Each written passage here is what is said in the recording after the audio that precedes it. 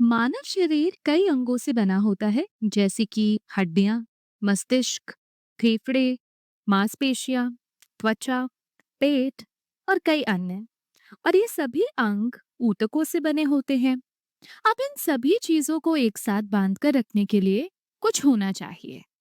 अंगों और ऊतकों को किसी प्रकार के गोंद से एक साथ बांधकर रखना होता है। तो ये गोंद क्या है? ये पता चलता है कि हमारे शरीर में एक विशेषीकृत ऊतक होता है जो इस कार्य के लिए होता है, चीजों को पकड़ने बांधने के लिए। और इसे एरियोलर संयोजी ऊतक यानी कि एरियोलर कनेक्टिव टिश्यू कहा जाता है। तो एरियोलर संयोजी ऊतक क्या करता है? ये विभिन्न अंगों और ऊतकों को आपस में बांधता है। उदाहरण के लिए, ये त्वचा और उसके नीचे की मांसपेशियों के बीच पाया जाता है। ये रक्त नलिकाओं के चारों ओर पाया जाता है। ये अंगों के अंदर भी पाया जाता है, जैसे पेट के अंदर जो विभिन्न ऊतक होते हैं उनके बीच भी ये होता है। तो ये ऊतक अंगों को एक साथ कैसे रखता है और ये और क्या करता है, आइए देखते हैं। जैसा कि आप जानते हैं, किसी भी ऊतक में कुछ कोशिकाएं होती हैं, है ना? तो एरियोलर संयोजी ऊतक में जो एक कोशिका होती है वो है रेश कोरक यानी कि फाइब्रोब्लास्ट। जैसा कि नाम से पता चलता है, रेश कोरक का काम फाइबर से यानी कि रेशे से संबंधित होता है। तो रेश कोरक विभिन्न प्रकार के रेशे बनाते हैं जो प्रोटीन से बने होते हैं, जैसे कि कोलाजन फाइबर, लचीले रेशे जिन्हें इलास्टिन कहा जाता है, और फिर जालिका फाइबर यानी कि रेटिकुलर फाइबर होते हैं। तो ये सभी रेशे होते हैं और ये संयोजी ऊतक को कुछ मजबूती प्रदान करते हैं।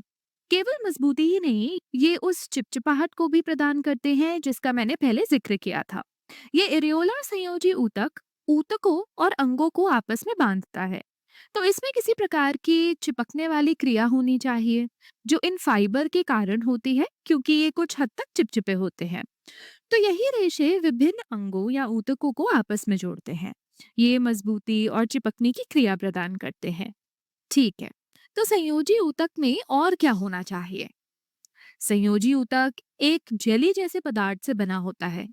तो रेशे उस जेली जैसे पदार्थ को मजबूती प्रदान करते हैं। लेकिन चूंकि ये जेली है, इसमें बहुत सारा पानी भी होना चाहिए, है ना?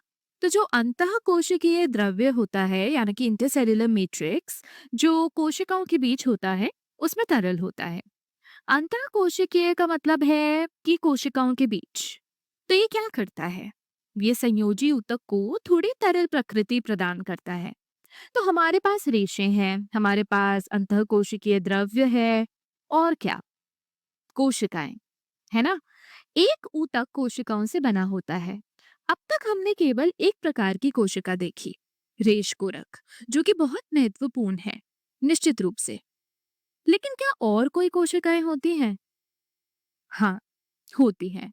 संयोजी ऊतकों में जो सबसे अधिक पाई जाने वाली कोशिकाएं होती हैं वो वास्तव में श्वेत रक्त कोशिकाएं होती हैं, यानी कि WBCs मतलब वाइट ब्लड सेल्स। इनमें कई प्रकार की कोशिकाएं होती हैं, जैसे कि लिम्फोसाइट, बृहत भक्षक कोशिका यानी कि मैक्रोफेज, और मास्ट कोशिका यानी कि मास्ट सेल। तो ये सभी अलग अलग प्रकार की श्वेत रक्त कोशिकाएं हैं जो, जैसा कि आप जानते हैं, सूक्ष्म जीवों के विरुद्ध रक्षा प्रदान करती हैं। तो संयोजी ऊतक विशेष रूप से उन सूक्ष्म जीवों के हमले के लिए संवेदनशील होते हैं जो किसी भी प्रकार के एपिथेलियम के नीचे उपस्थित होते हैं। तो आपको पता होना चाहिए कि एपिथेलियम सतहों के पास पाया जाता है, चाहे वो त्वचा हो, आंत की सतह हो या श्वसन तंत्र की सतह हो। ये सभी सतहें विभिन्न सूक्ष्म जीवों के हमले के लिए संवेदनशील होती हैं। जैसा कि आप जानते हैं, आपका श्वसन तंत्र हमेशा विषाणु, जैसे कि जुकाम के विषाणु के हमले के लिए संवेदनशील होता है। आपकी आंत की परत भोजन में पाए जाने वाले जीवाणु के हमले के लिए संवेदनशील होती है। और त्वचा तो हमेशा विभिन्न प्रकार के सूक्ष्म जीवों के संपर्क में रहती ही है। और यदि ये सूक्ष्म जीव हानिकारक साबित होते हैं, तो हमारे श्वेत रक्त कोशिकाएं हमेशा उन्हें संभालने के लिए तैयार रहते हैं। तो जो संयोजी ऊतक वहां होता है, वो इन श्वेत रक्त कोशिकाओं को अपने अंदर रखता है। और जब भी किसी हानिकारक सूक्ष्म जीव का आक्रमण होता है, ये सक्रिय हो जाते हैं। तो हमने देखा कि एरियोलर संयोजी ऊतक क्या होता है। ये कहाँ पाया जाता है? इसमें कौन-कौन सी कोशिकाएं और अन्य तत्व होते हैं और उनके विभिन्न कार्य क्या होते हैं?